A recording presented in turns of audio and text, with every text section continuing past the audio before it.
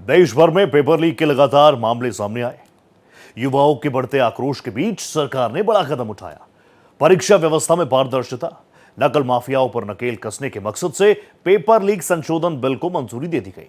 सरकार का दावा है कि अब पेपर लीक कोई मामूली अपराध नहीं माना जाएगा। नए प्रावधानों के तहत दोषियों के खिलाफ पहले से कहीं ज्यादा सख्त कार्रवाई होगी।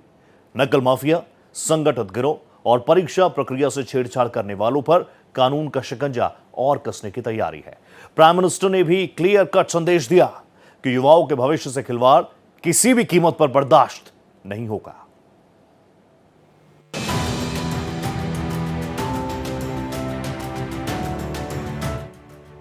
प्रधानमंत्री नरेंद्र मोदी की अध्यक्षता में हुई केंद्रीय कैबिनेट की बैठक में महत्वपूर्ण फैसला लेते हुए पेपर लीक संशोधन विधेयक को मंजूरी दे दी गई। नीट पेपर लीक और परीक्षाओं में धांधली की घटनाओं पर लगाम कसने के लिए सरकार ने पब्लिक एग्जामिनेशंस संशोधन विधेयक को मंजूरी दे दी। जंतर मंतर पर छात्रों के लगातार प्रदर्शन के बीच केंद्र सरकार की ओर से बड़ा फैसला लिया गया।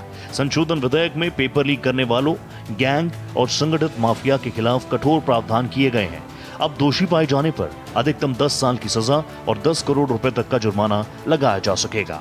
पेपर लीक संशोधन बिल को मंजूरी, पेपर लीक माफिया के खिलाफ सख्ती, दोषी पाए जाने पर कठोर दंड, 10 साल की कैद, 10 करोड़ रुपए तक जुर्माना, आसानी से जमानत नहीं, 3 महीने के भीतर होगा फैसला। मोदी सरकार ने अपनी मंशा साफ जाहिर कर दी है कि किसी भी हाल में छात्र हितों के साथ कॉम्प्रोमाइज नहीं होगा। सरकार के लिए छात्र हित सर्वोपरि है। पीएम मोदी ने गुरुवार रात एक वीडियो जारी करके कहा था कि पेपर लीक संशोधन बिल पर चर्चा होगी, फिर इसे संसद में पेश किया जाएगा। पेपर लीक कोई मामूली विषय नहीं है। मैं जानता हूं कि पेपर लीक एक कोई मामूली विषय नहीं है। लाखों विद्यार्थी और उनके अभिभावकों के लिए बहुत ही पीड़ादायक है और इसलिए पेपर लीक घटना से अब तक पिछले 2.5 महीनों में अनेक विध कदम उठाए गए, गुनहगारों को पकड़ा गया है, वे जेल में पड़े हैं। हमारा सबसे महत्वपूर्ण जिम्मा था कि विद्यार्थियों का 1 वर्ष बर्बाद न हो।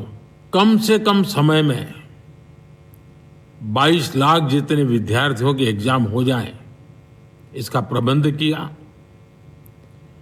और अभी 5-6 दिन पहले 19 तारीख को रिजल्ट भी आ गया।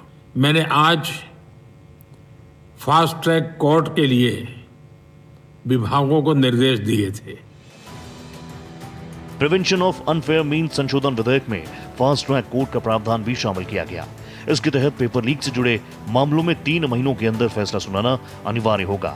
इससे जांच और मुकदमे की प्रक्रिया तेज होगी। केंद्रीय विज्ञान एवं प्रौद्योगिकी राज्य मंत्री डॉक्टर जितेंद्र सिंह सोमवार को इस संशोधन विधेयक को संसद में पेश करेंगे। सरकार का कहना है कि नए प्रावधानों का उद्देश्य परीक्षा प्रणाली में पारदर्शिता बढ़ाना, संगठित पेपर लीक नेटवर्क पर प्रभावी कार्रवाई करना और छात्रों का भरोसा बहाल करना है।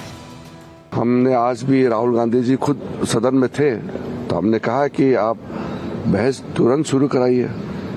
अब तो कांग्रेस पार्टी ने दिखा दिया कि वो बहस में इंटरेस्ट नहीं है एक्चुअली। अब जो प्रोटेस्ट कर रहे थे और प्रोटेस्ट करने वालों का जो सबसे प्रमुख चेहरा है सोनम वांगचुक जी, उन्होंने भी अनशन तोड़ के अपने बात रख दिया कि अब चर्चा होना चाहिए। मेरे ख्याल से अब इसको राजनीतिकरण करके फायदा नहीं है। हम लोगों को ठोस कदम कैसे उठाना चाहिए छात्रों का भविष्य के लिए, इस पे ध्यान देना चाहिए। सरकार इस कानून को और अधिक प्रभावी बनाने के लिए संशोधन करने जा रही है। प्रस्तावित बदलावों के तहत पेपर लीक से जुड़े मामलों की सुनवाई के लिए फास्ट ट्रैक कोर्ट अनिवार्य किए जाएंगे ताकि मामलों का तय समय सीमा में निपटारा हो सके। अपराध की गंभीरता के आधार पर अलग अलग स्तर की सजा का प्रावधान भी जोड़ा जाएगा। Bureau report, Bharat express.